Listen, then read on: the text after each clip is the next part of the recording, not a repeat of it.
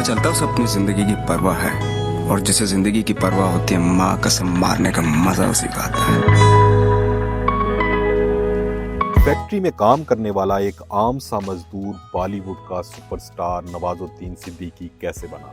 बॉलीवुड में अपनी अनथक जिद्दोजहद से जगह बनाने वाले नवाजुद्दीन सिद्दीकी अदाकार कहलाने से ज्यादा फनकार कहलवाना पसंद करते हैं।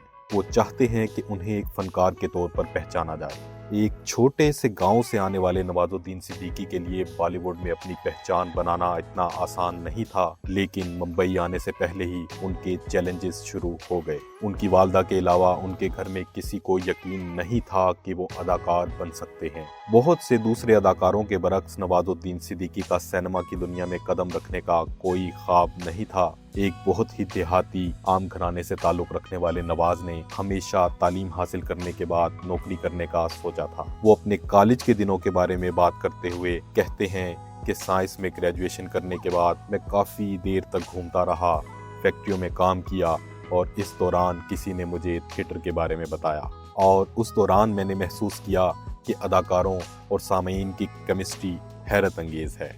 मेरे जहन में आया कि इससे ज़्यादा खूबसूरत कोई मैदान नहीं हो सकता। नवाजुद्दीन सिद्दीकी इब्तदाई दिनों के बारे में बताते हैं कि शुरू में उन्होंने थिएटर में सफाई का काम भी किया, लोगों को चाय पिलाई और तकरीबन हर किस्म का काम किया। नवाज बताते हैं स्टेज के पीछे काम करते हुए, लोगों को चाय पेश करते हुए एक दिन मुझे एक बहुत छोटा किरदार मिला। पहला किरदार सिर्फ एक लाइन का था, उसके बाद मुझे 2 लाइनें मिली। ये सब काम वडोदरा में चल रहा था और फिर वहाँ से NST चला गया। NST में जाकर मुझे मालूम हुआ कि अदाकारी क्या होती है। नवाज बताते हैं कि एक बार उन्होंने अपनी वालदा से कहा था कि वो अदाकार बनना चाहते हैं। उस वक्त उनका एक रिश्तेदार भी मौजूद था। उसने मेरी वालदा से कहा कि ये कैसी बकवास कर रहा है, कोई इसे समझाए। माजरत, लेकिन अपने बच्चे की शक्ल देखो। नवाज बताते हैं कि उन्होंने ये सब बातें खिड़की के पीछे से सुनी थीं। वो कहते हैं कि मुझे बहुत अजीब लगा और मैं सोचने लगा कि मेरे चेहरे के साथ क्या मसला है। मैंने मान लिया कि मैं खूबसूरत नहीं हूँ,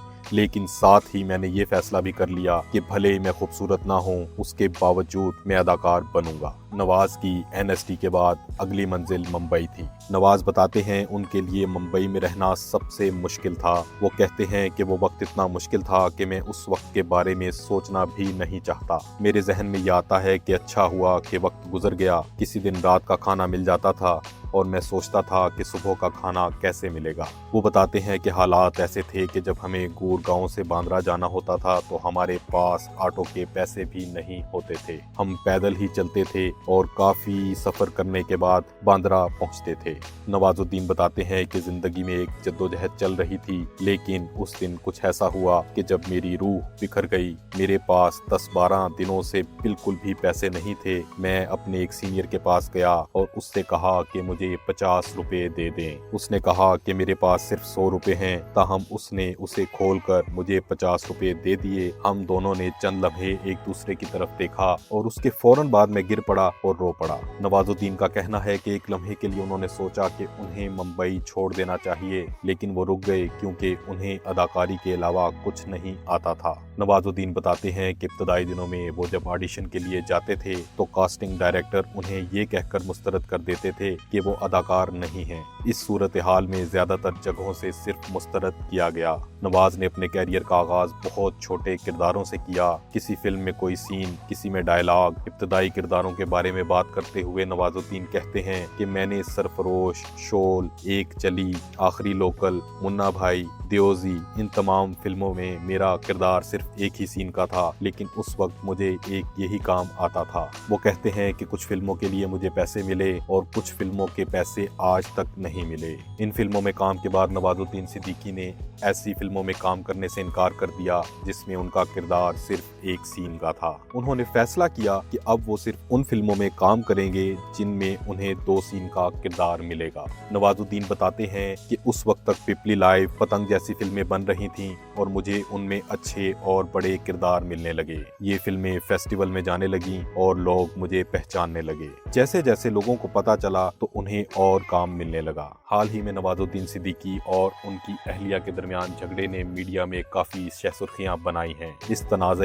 اور اپنی خاموشی پر نواز کا کہنا ہے کہ میں خاموش رہا اور مجھے اس پر کوئی رنجش نہیں۔ اس وقت بھی میں صرف یہی چاہتا تھا کہ میرے بچے سکول جائیں اور آج جب وہ جا رہے ہیں تو میں بہت خوش ہوں۔ نواز کا کہنا ہے کہ میں ان چیزوں کے بارے میں بات کر کے انہیں دوبارہ نہیں چھیڑنا چاہتا۔ میں نے ہمیشہ کوشش کی ہے کہ اپنی ذاتی زندگی کو اپنے پیشے پر اثر انداز نہ ہونے دوں اور میں نے ایسا ہی کیا ہے۔ نوازالدین صدیقی کا کہنا ہے کہ وہ بڑے گھر اور گاڑی کو کامیابی شمار نہیں کرتے، وہ صرف اس بات پر خوش ہیں کہ وہ کام کرنے کے قابل ہیں جو وہ کرنا چاہتے ہیں۔ نوازالدین کہتے ہیں، مجھ پر کوئی دباؤ نہیں ہے کہ مجھے کسی دوڑ میں بھاگنا ہے، مجھے اپنے پسند کا کام مل رہا ہے اور میں یہ کرنے کے قابل ہوں۔ میں مستقبل میں یہی کام جاری رکھنا چاہتا ہوں۔